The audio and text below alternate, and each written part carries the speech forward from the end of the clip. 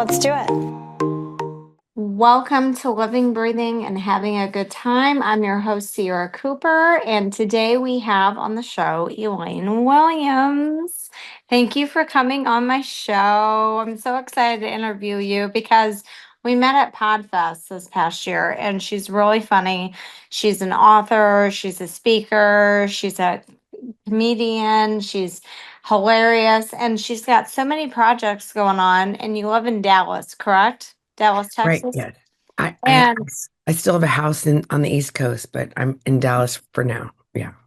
so tell us a little bit about your background because she is very talented. She's been on HBO, featured on Saturday Night Live, Fox, and the list goes on. So tell us a little bit about yourself, Elaine. Sure. Thank you. And I'm very happy to be here, Sierra.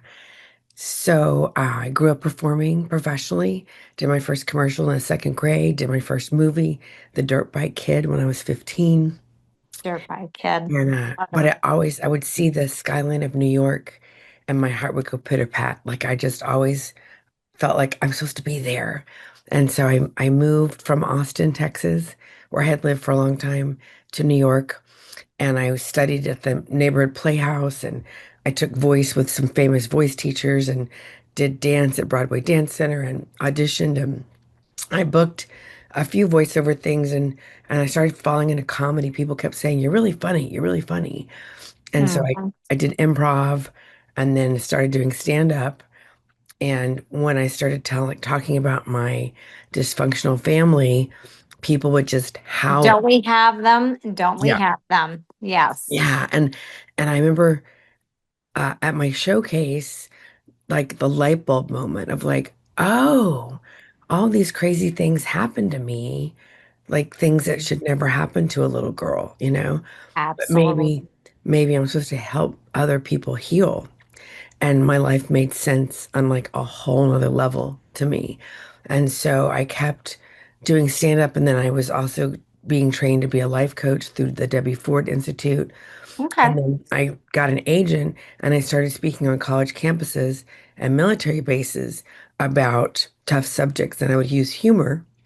And so that's how it all really started. It's just been, it keeps evolving. And So you basically turn your pain into comedy, and everything that happened to you is helping everyone else realize that you really don't have to stay in that place and ruminate there. You can step outside of yourself and take all your experiences and flow with it. So good for you. I mean, what was the highlights you have seen in your career that has really opened up new avenues for you? oh, that's a great question. So, and I've never talked about this before on a podcast. Mhm.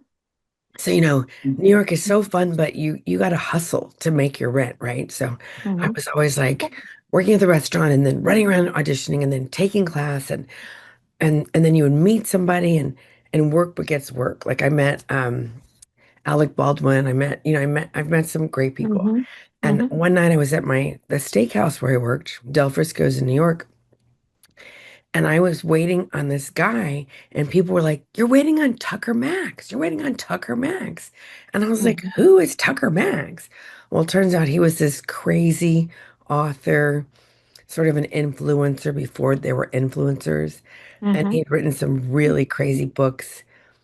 And he was very debaucherous and really funny. And his book had been turned into a movie. Anyway, and he was very cute, and he was notorious for sleeping with lots and lots of women. And so I'm waiting More on him, and dysfunction. yeah, so I'm waiting on him and his agent, and they're loving me. I'm cracking them up. So um, I said, "Can I take you to breakfast?" Because I had a mentor that was like, "Proximity is power." So I said, "I want to take you to breakfast, but I'm not going to sleep with you. I'm not like other girls." And he was like, "Yeah, that's what they all Mhm. say." And I'm like, "Seriously, dude." So Oh, yeah. so we meet for breakfast. He tells me his life story. He's super vulnerable. And he tells me how he got fired from being an intern as a lawyer, which is very hard to do. And then he got fired from his dad's restaurant empire. And he was like super vulnerable. And he said, "All I really want to do now is coach people and mentor people.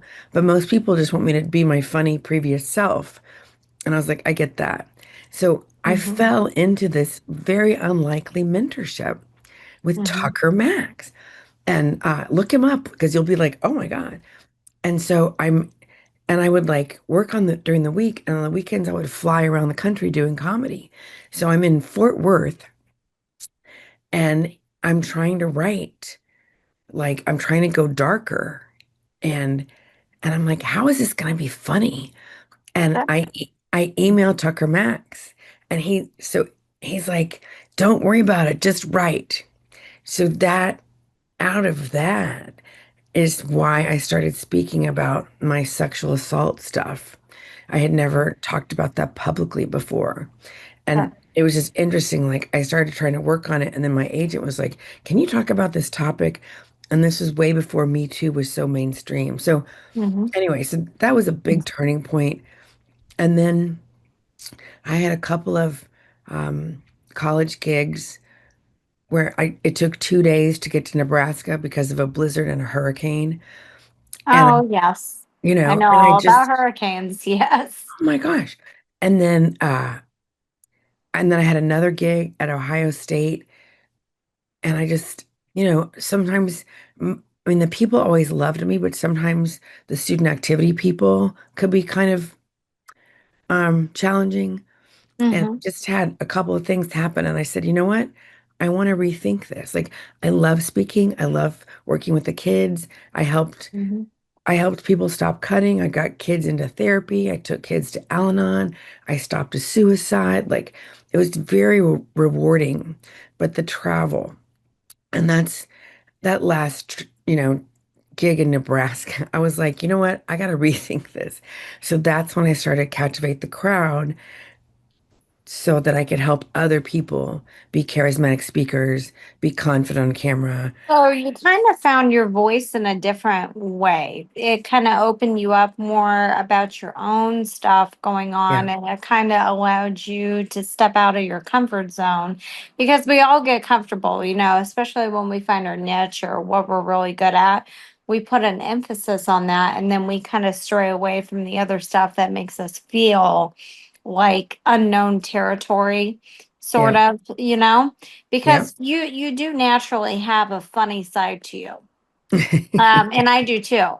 But, sometimes in a lot of ways, we are comfortable with some people, and then we don't know how other people are going to view us sometimes. So that can kind of make you a little standoffish. So when you went on Saturday Night Live, for instance, like at what point in your career were you actually invited on to Saturday Night Live? Because that's a really big gig. Well, I was just a featured extra. I did not get to open my mouth. So Okay. in New York City, you do you meet with different casting directors, and I was taking a class with a guy named Josh who was in charge of the under five, which means under five lines or extras. And he called me one Wednesday and said, "Hey, do you want to be on the show this week? We need dancers." And I was like, "Yes, please. Yes, please." And so that's how I got to I was on a Seth Meyers MTV Oh, Seth dancer. Meyers. I remember Seth Meyers. Yeah, and that's Yeah. very cool. So then did that lead into bigger things for you? Because I know sometimes even when like you're an extra or you just kind of get a little bit of a feel and get some presence out there, other people will notice you and will go, "Hey, we never noticed her before.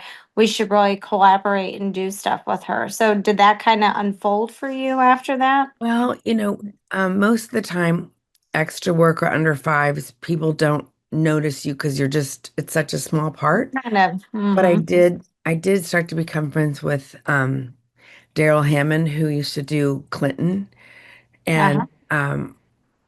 and getting to meet Jack Black. It was an amazing, extraordinary experience. But I didn't, and it's a great conversation starter. But I didn't get like booked. You know. Sure, sure. But at least you got to meet those people, and that probably inspired you to move forward and do other things. So tell us a little bit about the book. writing and stuff like that? Because so you got your comedic side, you've done these shows, you've done your extras, you dance, you've done all this.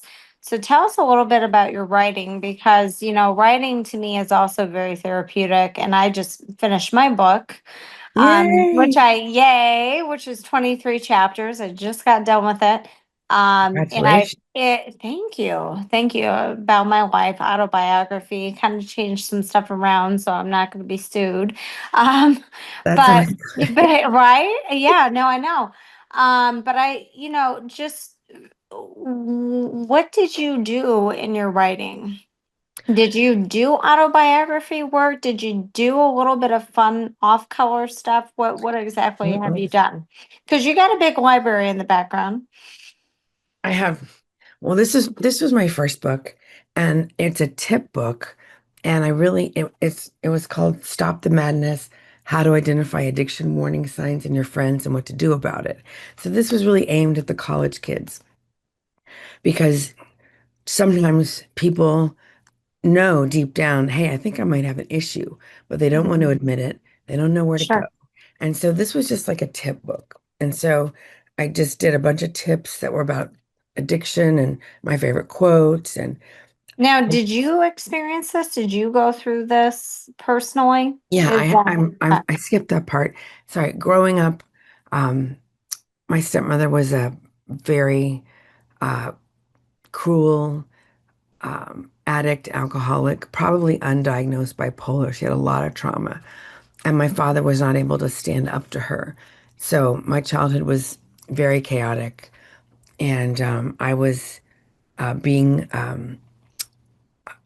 let's just say some things happened to me as a little girl that Mhm. never should have happened. And it Sure. wasn't my father. And let's just leave it at that. But what's when abuse like that happens, many times one of the side effects is bulimia or an eating Sure. disorder. Sure. So I was bulimic, and then in college I did drugs, and of course I drank a lot, and so I Mm-hmm. really had three addictions. And so this was about mostly about alcohol, but Mm-hmm. I wanted it to be an easy, readable thing to help educate college students if they needed it. So Well, that's prime time too, because you yeah, go to college, you're leaving the house no matter what house you leave. And so no longer are you under supervision. Now you've got all the pressure of college. right, And a lot of us, right, we don't ever sit down with our kids and take the time to explain, like, hey, you really want to go out on your own, but let me explain this to you. There's a lot of pressure out there. And so their yeah, brain isn't even formed till the age of 24. yep. And that's a good stage in your life to start numbing some stuff. Yeah, I mean, they say that going off to college is one of the most stressful things for most people, and then so that was my first book. Then I did some group books, and then I did another book about how to avoid being sexually assaulted and what to do if somebody you love gets assaulted. And this is before Me Too was so mainstream. And you know, right now it's August. So this upcoming semester on college campuses is called the Red Zone, Oh, because that's when a lot of predators prey on freshman girls who are not sure, used to, yeah. sure. So they'll use alcohol or drugs as a weapon. And what's so crazy is people think rapists are like the guys with the ski mask and the bushes. Not They at don't all. know. Not at all. But most of the Not at time, all. they're people that we know, they're friends of friends, they're family members of friends. And so Absolutely. I was just trying to raise awareness. And I'm so glad we're talking about it more now. But I had, when I was trying to get booked, I mean, I spoke a lot, but Mhm. I remember talking to one counselor and she said, we need you, but if one parent complains, I could be fired.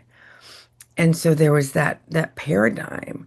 And then I remember talking to a dad It's one kind of time. crazy to hear someone say that too. Like, why wouldn't you talk about this stuff? It's very, very important. I mean, Well, your child's safety, you know what I mean? it's so dark, Sierra. And I had dad say, I can't deal with this conversation.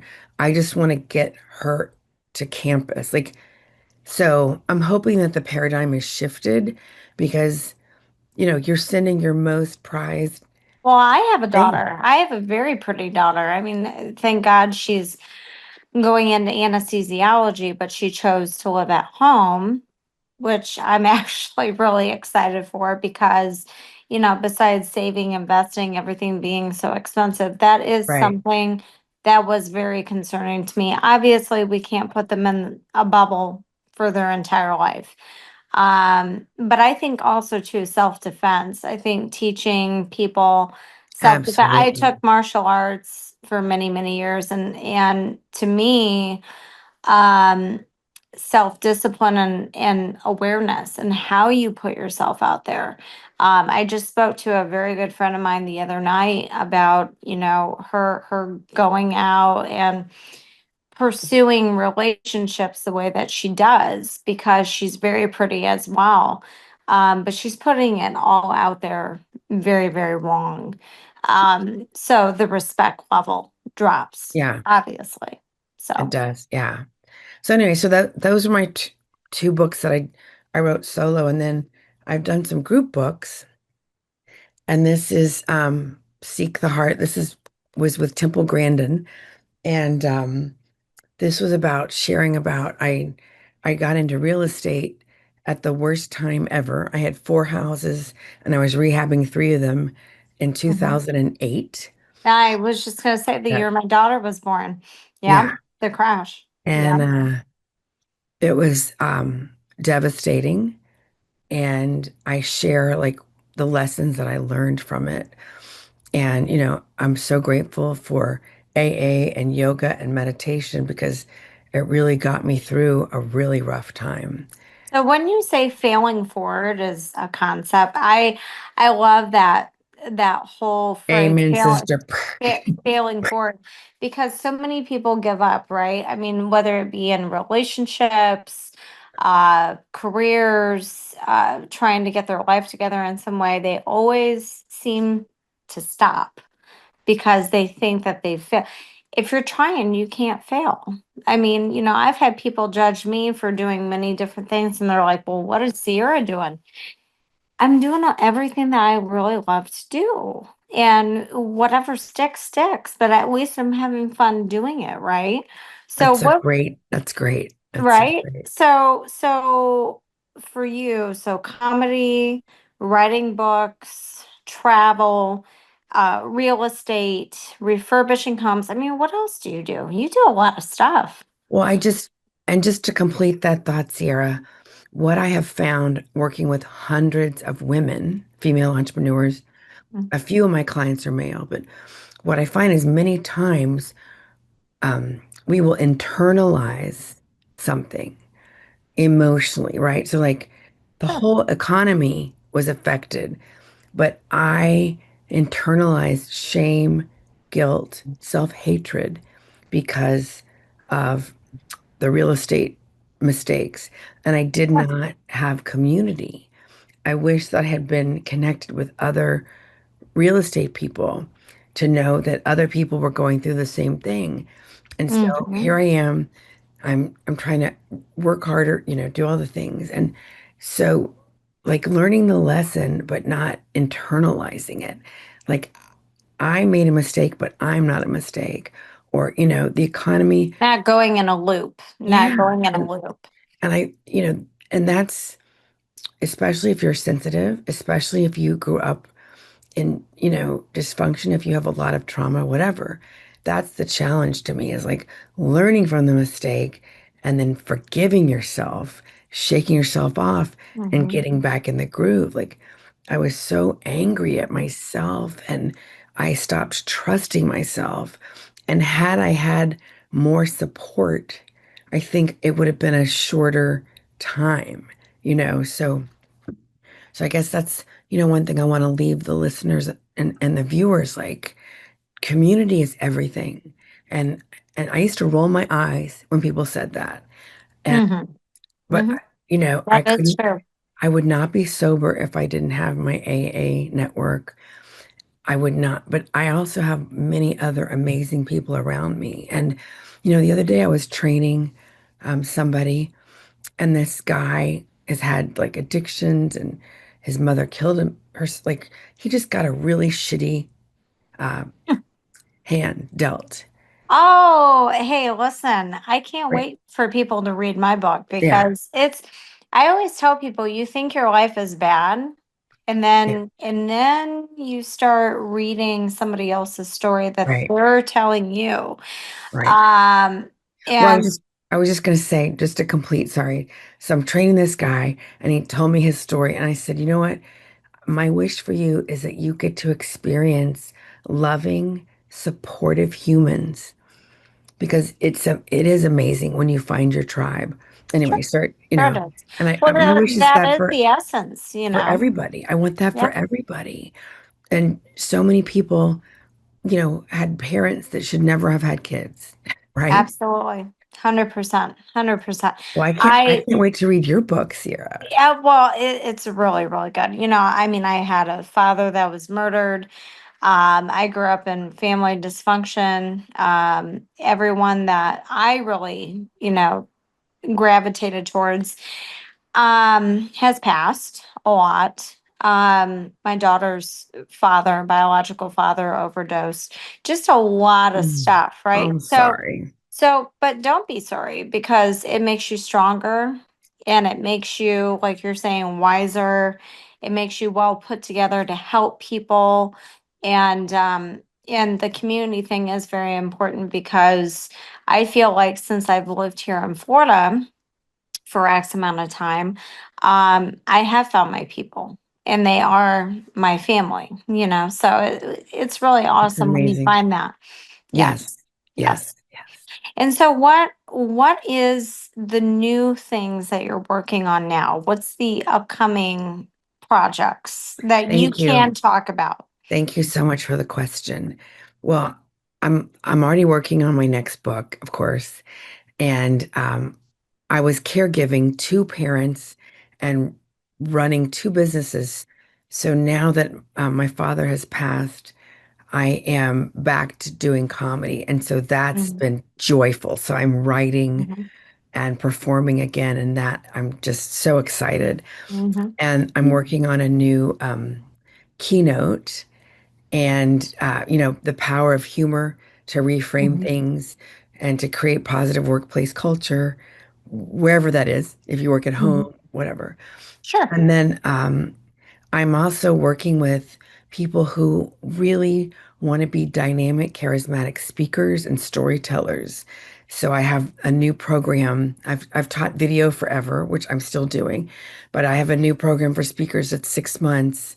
And it's really about not just crafting amazing stories, but really being dynamic, using all the space, using all your tools, and really becoming a masterful storyteller as well. Because, you know, any person, Scott Galloway is one of my heroes, and he says, Mhm. I'm a millionaire. I have all these successful businesses, but at the end of the day, I'm a storyteller because that's how you get people enrolled in your vision, in your business, in your nonprofit. Well, I was going to say there is an art to motivational speaking. A lot of people they get up on stage and they start talking about different subject matters in their life and so on and so forth. There really is no rhyme or reason. It's just if you're charismatic and you really believe in what you're doing, you're going to come across so much differently when you say than somebody that sits in the back and tries to script everything. Because Right. from what I feel, right, is everything comes from the heart. And so your excitement, your energy, all of that is expensive. Your energy is expensive. Yeah. And it's really something. I've seen a couple of speakers at Podfest and amongst others that I've never even heard of, but they were fantastic compared to some of the people that are out there that you know all about. They Yeah. had something in them that was completely different. So, for people thinking about going into speaking or going into writing, what are 5 tips that you would give them? Because you're a comedian, so you kind of put the spin with humor and the whole nine. What would you say to people and listeners? How can they find their ground when it comes to all of that? I love that. Well, one of my favorite things is what is the story behind the story? What I find is so many times I'm working with clients and they're like, well, oh yeah. And they're telling one story, but then they're like, well, when I was 14, I got over cancer and blah, blah, blah. And I'm like, wait, stop. And so Yeah, I think the first thing is as you're working on your stories, give yourself permission, write it out, talk it out with somebody, and don't judge it. It's stories are like soup. You need to simmer them. You need to put in a little more garlic and turn the heat sure. down and let it simmer. And then, There is no recipe. yeah. Yeah. And so, think about the stories you don't often tell because sometimes that's the juiciest one. That's one thing. Another thing is Mhm. you really want to think about who you are speaking for, right? Yeah. And so you really want to think about, if you want to go speak to moms, you really want to think about what are their pain points. So a lot of times people work on their stories, but they're not thinking about how it's going to land for their ideal audience. So you really want to always be crafting with that in mind Okay. because a lot of times we have great points, but we need to make sure it's relevant to who we're speaking for. So that's so important. Wouldn't you say too, people really get carried away on a tangent on one point? I Oh, find that a lot with a lot of my people, right? They'll get yes, stuck on one revolving idea. And it's almost like concepts. Like, yes. how does all of this connect? Right. So here's a great phrase. So what this means for you is blah blah blah, right? So if I'm telling a story about how I wasn't sharing my voice and I'd go speak on college campuses and I'd feel like this just like huge experience and then I'd come back to New York and I just feel like beaten in, Yeah.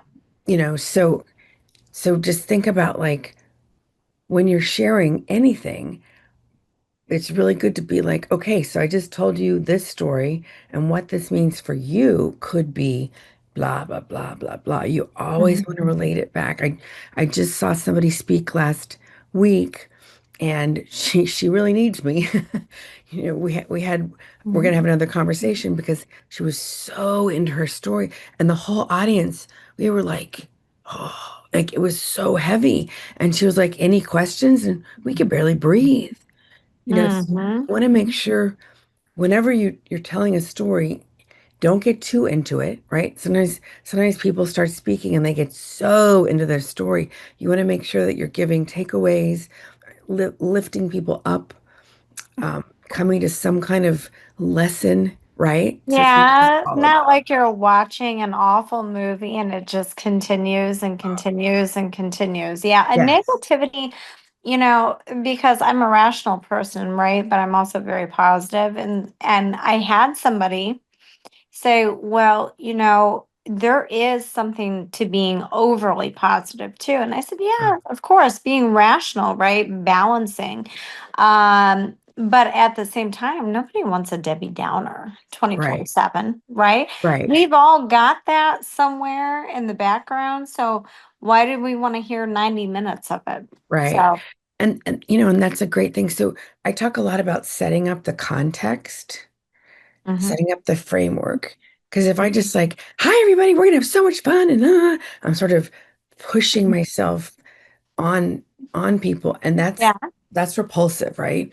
But if I would say, hey, when I was at the college campuses, I would say, hey, we're gonna talk about some tough subjects today, but I promise we're gonna have fun. You're gonna leave lifted up. We're gonna laugh too, and you're gonna learn some things that might save your life or somebody else's life. Is that cool? You guys cool? So it set up the context so that the audience felt like we were in partnership. And Sure. my favorite thing to do.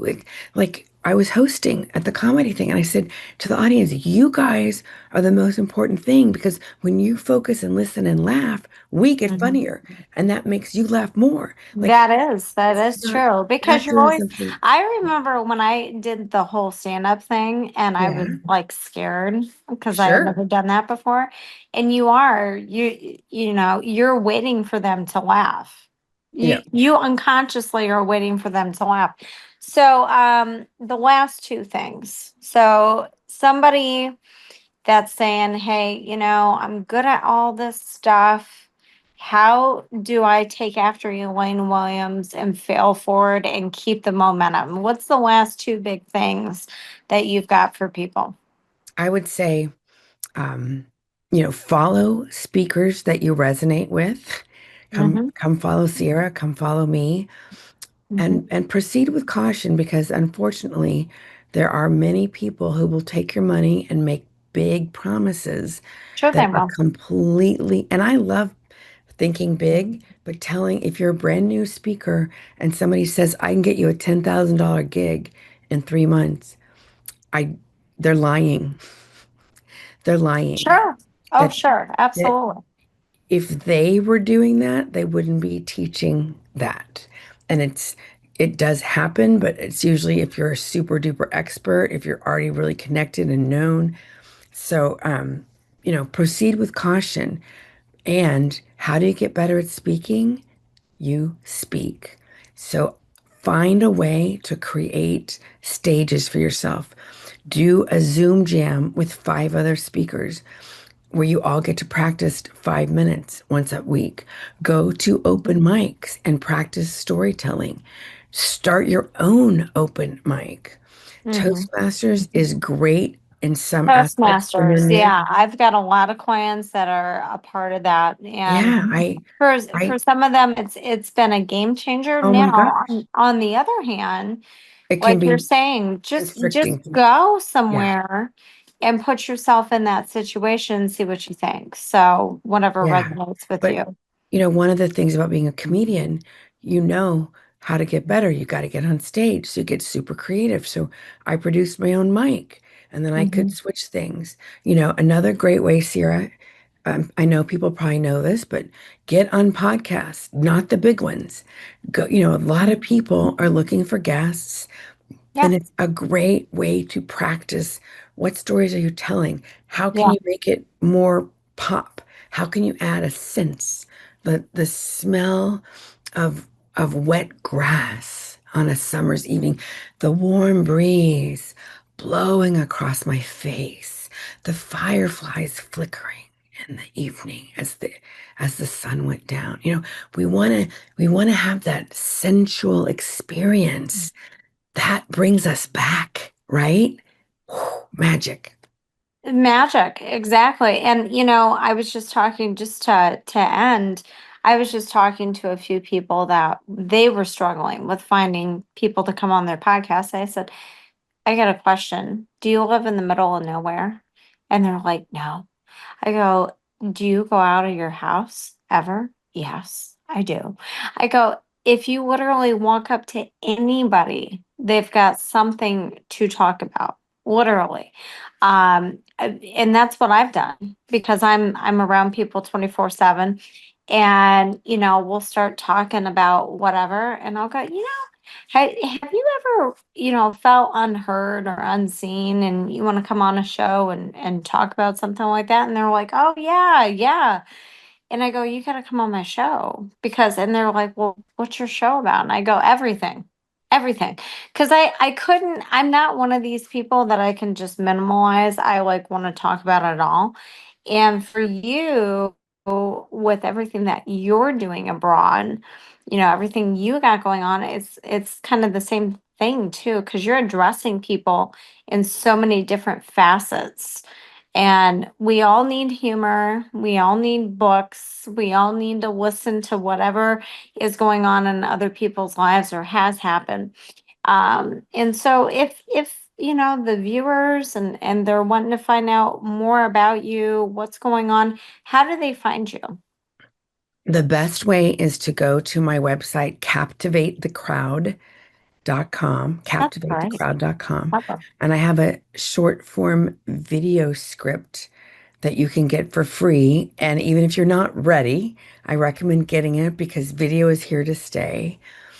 And I also am on Elaine Williams Fun on Instagram. And I would be honored to connect and learn more. And I second that, what Sierra said. Like everybody has a story. And here's what happens is we get inspired and we're like, okay, Mhm. I'm gonna speak, I'm gonna tell my story, I'm gonna do blah blah blah. And then we have this ego right here that goes, Mhm. everybody knows that. Oh, that's dumb.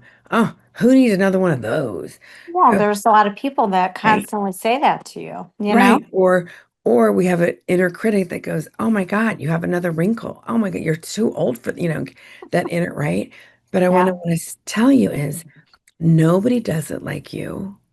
And somebody needs to hear you because they cannot relate to Sierra or me, but they can right. relate to who's listening right Exactly. now. Exactly. It's And just like teaching, right? You it you get up is. there And and you teach on the subject. yeah. I go And to classes all the time in massage therapy, and I right. might have had Always a learning, lifelong class, learner. yeah, in Lomi Lomi by one instructor, and then I see another instructor do it, and they've got a little bit of a tweak here and there, Yeah. and I'm like, ooh, I like this. This is good stuff. I love that lifelong learning. And you just never know how your story could be somebody else's life draft. Sure, And and the other thing I'll say is adult learners, we need to hear things many times. I am we constantly do. going, "Oh my God, I needed to hear that today." And We so do. if you're listening and you feel inspired, yeah, reach out, but just know that nobody does it like you. And somebody needs to hear exactly what you have to say and the way you say it. Elaine, it's been a pleasure. Thank you so much for coming on the show. I really appreciate it because you touched on so many different keynotes that people needed to hear today. So I really, really love it. I can't wait to come on your show too. We've got to Yes. do a show soon. Yes, Okay? absolutely. Promise? Thank you. Thank you so much, Sarah, for All right, having take me. care. The Have a pleasure. wonderful day. All right. Okay. Bye-bye. Bye. Bye.